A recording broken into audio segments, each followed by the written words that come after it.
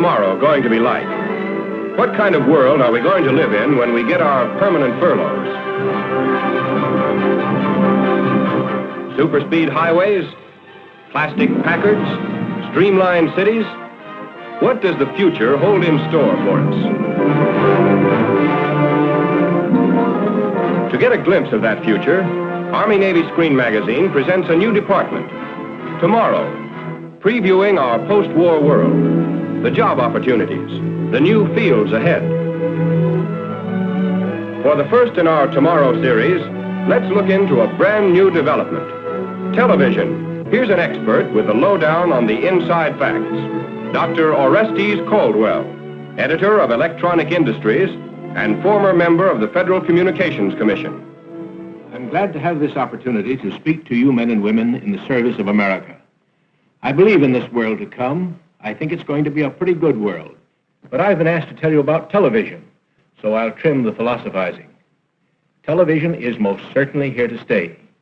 It's going to brighten the world of your home. But more important to many of you, it's going to create a lot of new jobs. Now, none of us like crystal gazing, so let's take a look at what is actually happening now. 9 experimental telecasting studios are already operating, with pre-war equipment and skeleton staffs. While the electronic industry is busy finishing its war job, a handful of people, girls, ex-vets, older men, are keeping the television field alive, experimenting, ironing out kinks, but proving that television will definitely be part of American life when the go-ahead comes. Sight teamed up with sound to bring the world to your easy chair.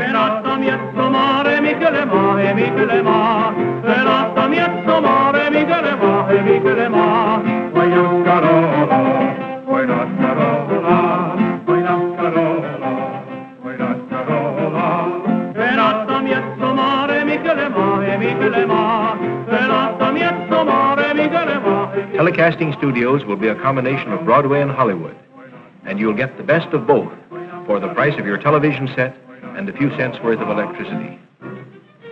And outside the studios, mobile televising units, portable stations on wheels, are now experimenting with remote pickups, getting primed to bring you on-the-spot news and history in the making.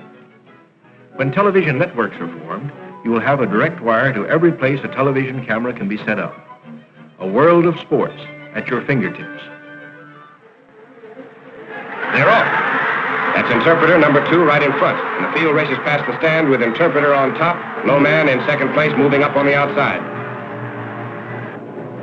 Mayor LaGuardia pitches the first ball. Red Ruffing is taking his time, and it's a hit. There's a capacity crowd here at Madison Square Garden tonight to witness the semifinals of the Golden Glove. Telecasting is done on a limited schedule now. But tomorrow, you will have a permanent ringside seat everywhere from Madison Square Garden to the House of Congress. You'll see transmitted by television, newsreels, and Super Hollywood productions. Plays and musicals, command performances in your own living room.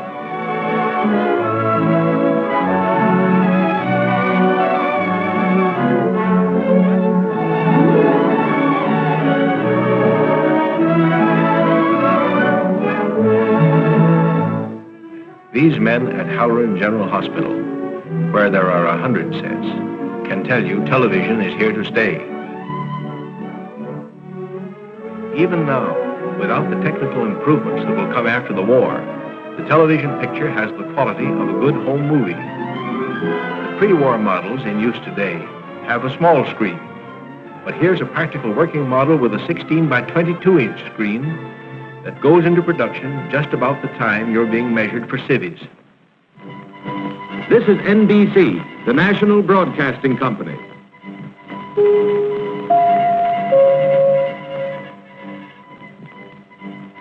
WNBT, New York. Well, that gives you a pretty general idea of what's happening. Now let's see how television works. You're going to find a new type of aerial against the skyline of America when you return.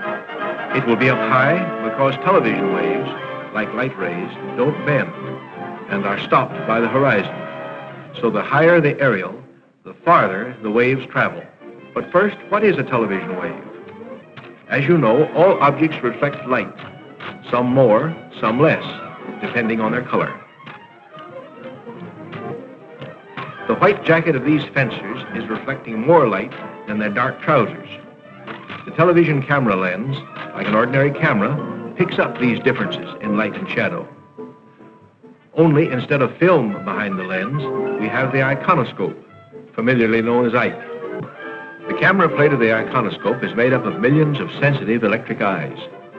These eyes pick up electric impulses from the object being televised and form a picture which is then transmitted as separate electric impulses from the camera plate to the receiver screen. There, the impulses are converted back to pinpoints of light and shadow to reform the picture on the screen.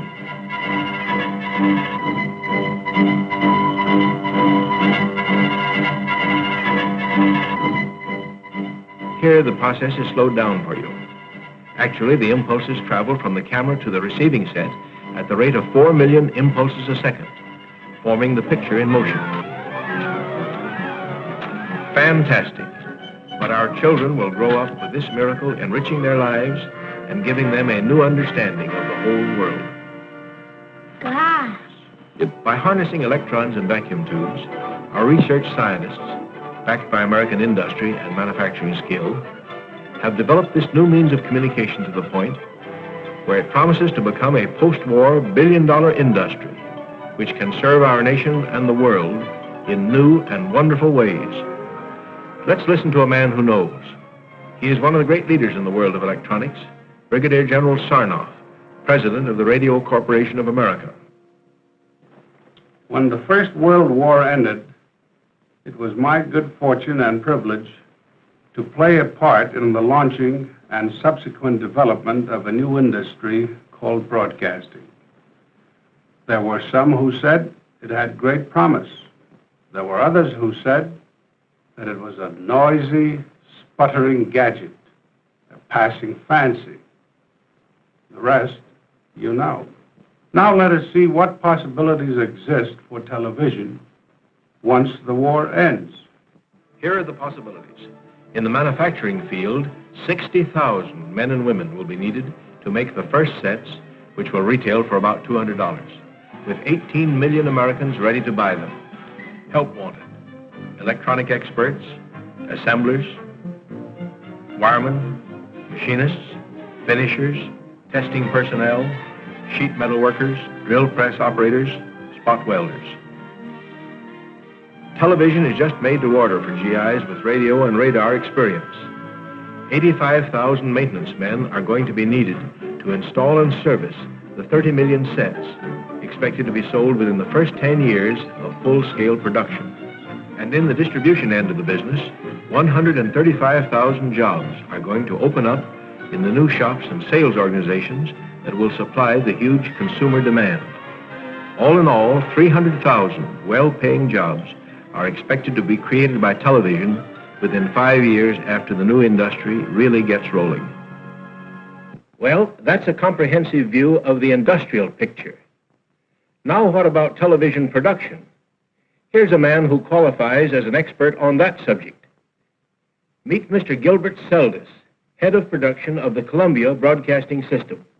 They tell me that a great many of you may be interested in jobs in television production.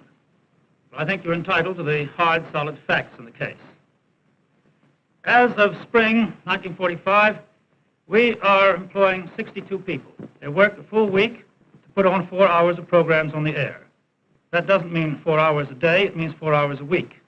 If we were on the air 8 hours a day, 7 days a week, we'd need at least 7 times as many people, in the neighborhood of 500. And we're only one studio. There are 900 radio broadcasting stations in the United States today. And it's anybody's guess how many television stations are going to spring up. We can just be sure that the faster we deliver good entertainment and good pictures, the more jobs we're going to create. And there will be a lot of jobs. You compare television with radio, for instance. Here is a radio newscaster on the air. One man in the studio, one in the control room. Here is a television newscast. And a lot of work went into it before it got this far. Now as for the movies.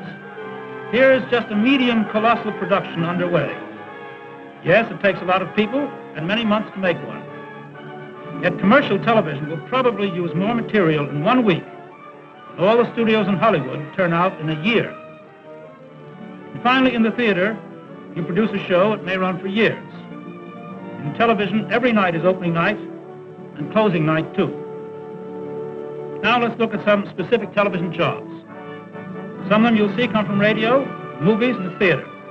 Some are new. Here are two men doing a job never heard of before. They are riding the Ike. Shaders and switchers in the control room see that the pictures come out right. At the transmitter, they see that they get out on the air. And electronic experts keep it all functioning. You men with radio and radar training are only a hop, skip, and jump from the industry's needs.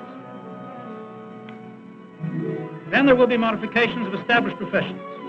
Writers, directors, producers, scenic designers, and just to show you wax waves and spars that this isn't exclusively a man's world, there'll be costume designing and stage management. And behind the scenes, makeup, props, electricians, and almost everything else from carpenters to model makers. But the great thing to remember is that we've just begun to discover the possibilities of television. And these are only a few of the jobs that already exist. Many more are bound to develop as we go on. That's it. Television. And some interesting jobs which some of you may be qualified for. But more than that, television can be the window to the whole world, a medium through which the United Nations can better understand each other and live together in the world of tomorrow.